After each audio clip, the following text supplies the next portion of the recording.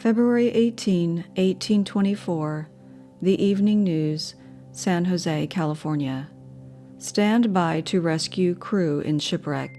Marshfield, Oregon, February 18. 27 members of the crew of the McCormick Line steamer Columbia remained overnight on board the vessel, which was wrecked yesterday on the rocks of the north jetty of Coos Bay.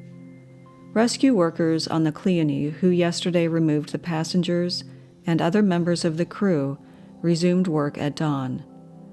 The sea at the harbor entrance was reported rough this morning, and the Columbia was said to be a total loss.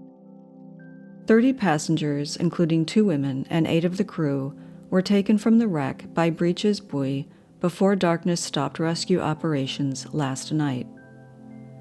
Heavy fog prevailed this morning when the Cleone steamed to its position in the bay within the submerged North Jetty, where the Columbia was pounding itself apart on the jagged jetty rocks. Observers on shore felt that slight danger threatened the work of rescue as the sea was becoming calm. Passengers and members of the crew helped to safety yesterday are unable to account for the accident. The mate who is acting as pilot is still aboard. The Columbia went on the rocks yesterday morning while following the steamer F.A. Warner into the harbor. The Columbia ran off her course and after touching the rocks was hit by a breaker, which drove her further and made her fast.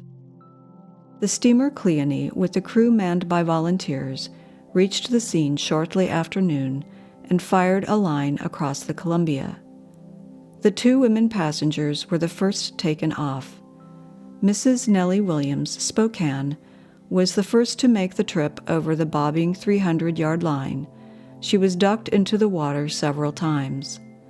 Mrs. A. Kennedy of San Francisco was the second to go over the Breach's buoy route. Before leaving the Columbia, she handed her shoes and stockings to her husband to put in his pocket.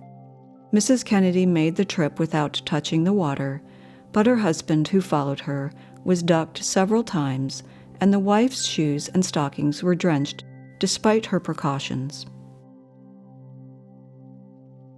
January 7, 1909. The Montreal Gazette, Montreal, Canada. Case of telepathy. Sailor finds fiancé in ruins of Messina as result of dream. Messina, January 6. A curious case of telepathy has occurred to a sailor on board the Italian battleship Regina Elena. He was granted leave to search for a girl in Messina, with whom he was engaged to be married. After having sought for her during 4 days in the ruins, he returned to the ship exhausted and fell into a deep sleep, during which he dreamed of his fiancée saying to him, "I am alive, come save me." The sailor waked, obtained fresh leave from the commander of the ship, gathered together several friends, and went to the spot of which he had dreamed. The party searched the ruins of a house and found the girl in them. August 31, 1921. The Carroll Herald, Carroll, Iowa. Grace Darling, real heroine. Bravery of frail girl thrilled all England.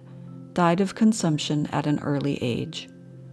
Grace Darling was one of the greatest heroines of British marine history, won undying fame when but 23 years old and of frail physique by accompanying her father and inspiring him to the effort of saving the lives of some passengers on a ship wrecked in a terrific gale that swept the seas near her island home.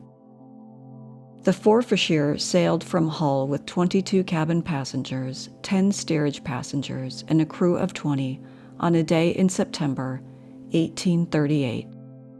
Passage was made through the Farne Islands Channel, and the ship entered Berwick Bay. Here the gale was at its worst, and the ship was swept on the Farne Island rocks. The mate and 8 of the crew, with 1 cabin passenger, hurried away in a lifeboat. The screams of the other survivors were heard by Grace Darling. When her father hesitated to launch their lifeboat on the heavy sea, she jumped into it, and he followed her. On the first trip, they rescued 9, and on a later trip, her father saved 4 more. The British government gave her a money grant, and the public, thrilled by the story, raised a huge subscription list. 4 years later, Grace Darling died of consumption. February 12, 1924, The Evening News, San Jose, California. Fanatical traveler sails in frail ship. Honolulu. Ira C. Sparks of Piru, Indiana, who arrived here a year ago after having imprisoned himself in a packing box consigned from San Francisco to the Orient as freight, has continued his journey to the Holy Land to seek the true Word of God. He left here in a 23-foot sailboat, the Dauntless, which waterfront habitués say will be his coffin. Sparks built his boat himself, being a carpenter by trade. "They say this craft will be my coffin," he said just before leaving, "but I am not afraid. I have a message from God. I am on my way to the Holy Land to seek the true Word of God. When I have been given the message, I shall give it to the world."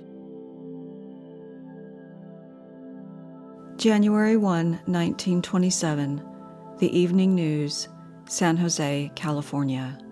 Striped ferries to Outwit fog. San Francisco, January 3rd. United Press. During the war, ships were camouflaged to make them invisible, but ferry officials here aver the same rule should work both ways and have ordered San Francisco Bay passenger carriers painted with gaudy stripes. The idea is to outwit the fog.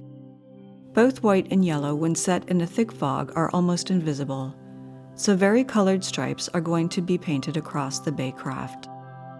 No sailor ever saw a striped fog, bay mariners declare. The friezes of ferry saloons are going to be coated with dreamy scenes too, after February 1, in a general scheme of beautification, and, perhaps, to lull the impatient commuter in case of delayed schedule.